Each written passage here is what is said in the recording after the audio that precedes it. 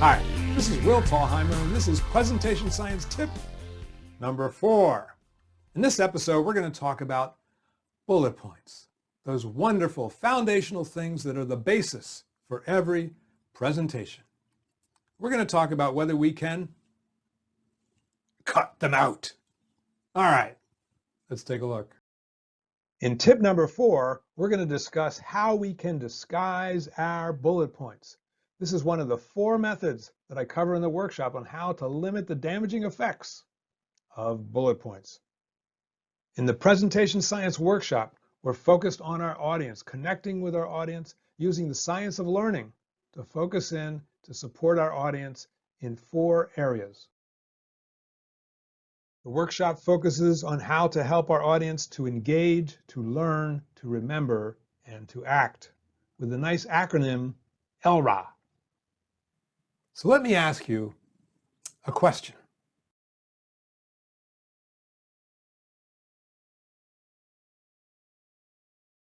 So when I asked people this question on LinkedIn, the most popular answer was 0. 0 of our slides should have bullet points on them. Now, I think that's taking it a little bit too far.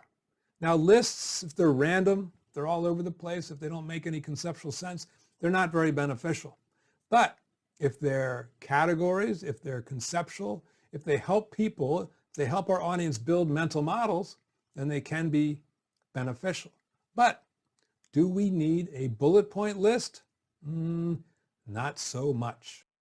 So why are bullet points so bad? 3 reasons.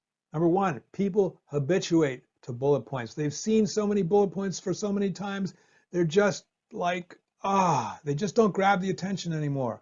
Number 2, people from their long experience going to presentations, they expect when they see bullet points that they're going to be bored.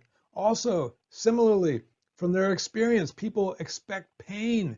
They've been in many presentations where there's bullet point after bullet point after bullet point. It's painful. 3 reasons bullet points are terrible. And can't we just be honest about it? Actually, we really don't want to emphasize the deadly dangers of bullet points. We want to disguise our bullet points as something else. We can, for example, use SmartArt. Now, I'm not a big fan of SmartArt because sometimes the images look so cliche, but you can see here, these do not feel like typical bullet points. So one thing we can do is we can take that SmartArt, we can ungroup the elements, and we can move them around, redistribute them to make them more beautiful. This is perfectly fine. This is very legitimate. This looks reasonably good. Most of us can do this. But let me show you some other ways that we can disguise our bullet points as objects. Now here's a slide I've used to summarize a topic. And when I go through it a lot more slowly, but you can see that this does not look anything like bullet points. Here's another slide that I've used. What level of expertise do you have about human learning?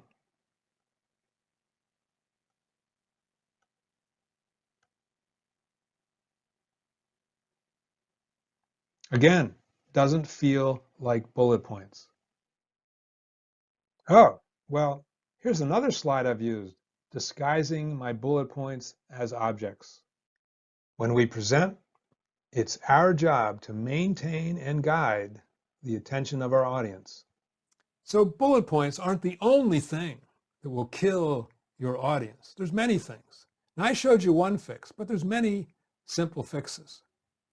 I think we can all agree that we should come together, get rid of bullet points, and make the world safe for presentations again.